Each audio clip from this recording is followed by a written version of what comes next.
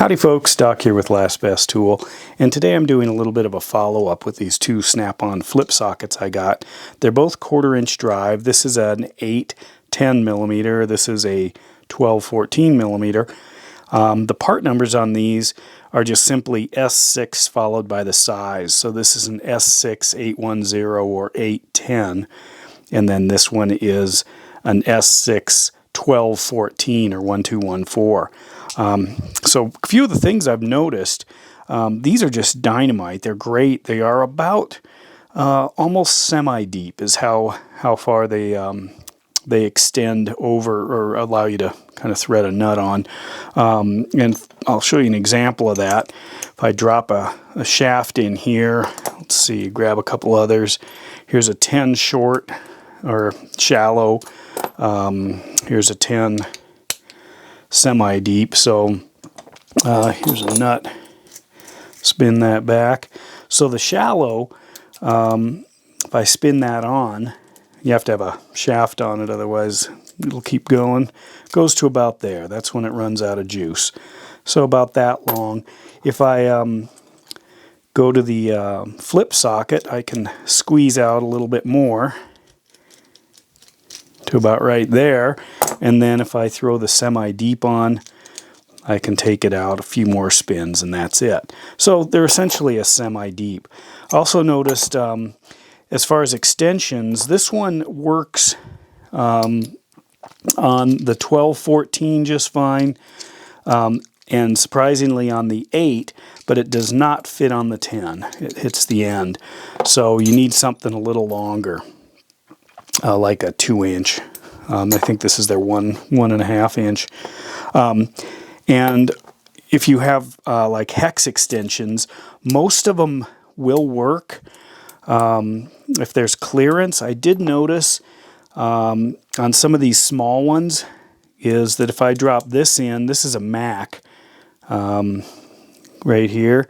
This one does fit, as does the snap-on, as it should.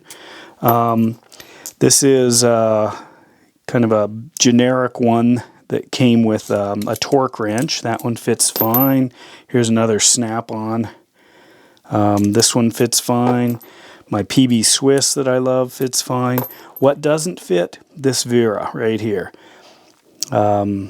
This thing, it's too fat. Doesn't fit in there.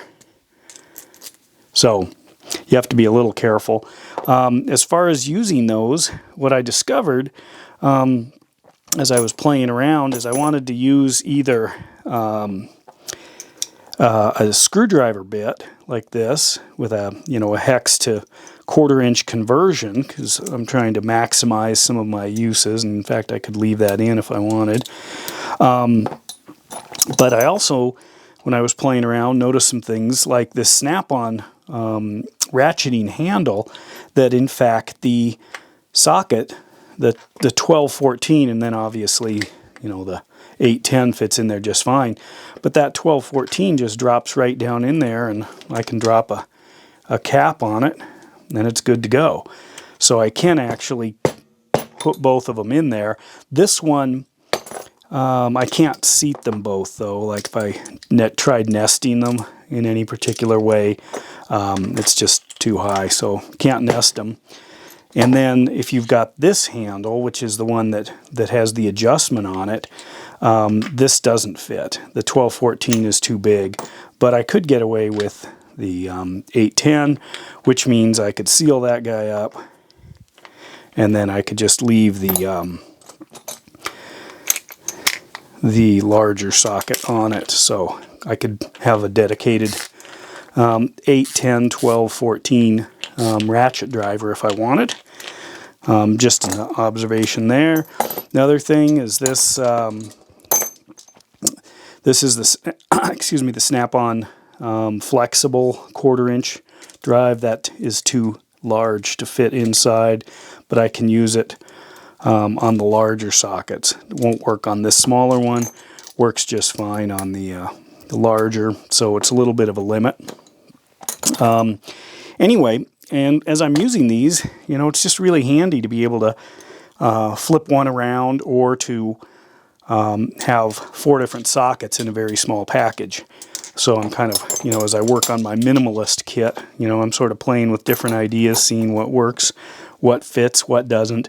I did think, well, if I've got, the reason I would recommend using a, say, a bit holder and a converter like this to run the sockets is because then you can also have screwdriver bits in here.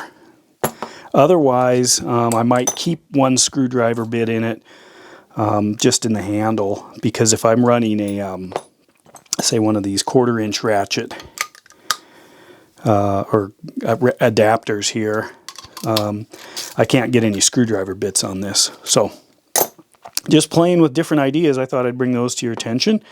So far, I really like them. I do find that their size really doesn't get in the way at all. I was thinking, you know, if it's, in fact, if you look at this, this shape, this profile here, got to get the nut out, or the little bit holder out. So if I drop this on,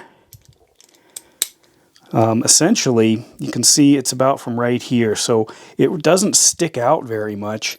If I'm comparing that, maybe I'll do a little better comparison here to the in the 10, you know, to a semi-deep. This is actually even a little bigger. If you look at where the rod or the shaft actually encounters the detent, so it's actually a lower profile by a ways compared to a semi-deep, but not quite as so much. In fact, it'd be about, I can line it up here for you to show you. That's about the difference there between the shallow and the flip socket. But anyway, they're still a winner. I'm really happy with them, and just thought I'd bring those observations to your attention. With that, Doc out.